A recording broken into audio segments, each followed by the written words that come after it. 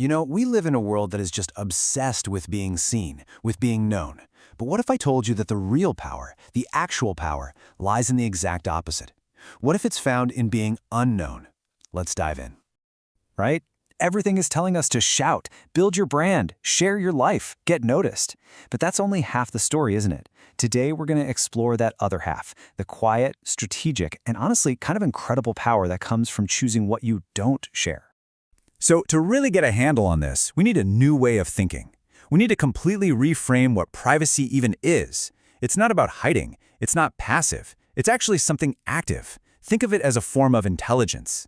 Yeah, so let's be clear. This is not about deleting all your accounts and moving off the grid. Privacy intelligence is a skill. It's you making a conscious, strategic choice about your digital life. You're curating what's out there, not because you're scared, but because you're operating from a place of strength and self-awareness. This quote, it just nails it, doesn't it? Think about it. When you share every single detail, you're basically handing the pen to everyone else. You're letting their likes, their comments, their algorithms write your story for you. But when you hold back, well, you get to keep the pen. You're the one in control of the narrative. Okay, so that sounds great in theory, but how do you actually do it? How do you practice this? Well, it all comes down to an old-school psychological concept that we're going to give a very modern twist. Usually, when we hear impression management, we think about crafting that perfect Instagram post, right? Showing off our best side. But that's just surface-level stuff. The real mastery is in the edit.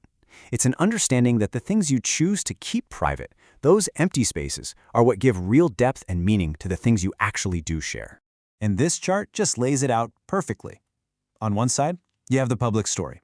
It's all about getting validation, reacting to whatever's trending, constantly looking for that external thumbs up. But the private story, that's where you live for you.